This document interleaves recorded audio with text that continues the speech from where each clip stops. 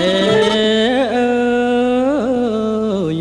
នំបញ្ចុកជ័យខ្ញុំមកដល់ហើយអស់មាមីងអើយសូមប្រណី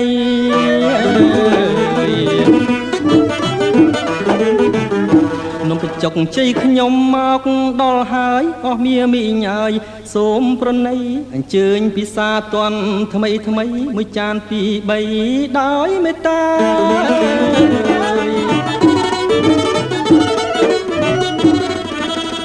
លក់ស្រស់ស្រស់មានមិនខ្វះជូនញាតិក្មេងចាំងតាមត្រូវកា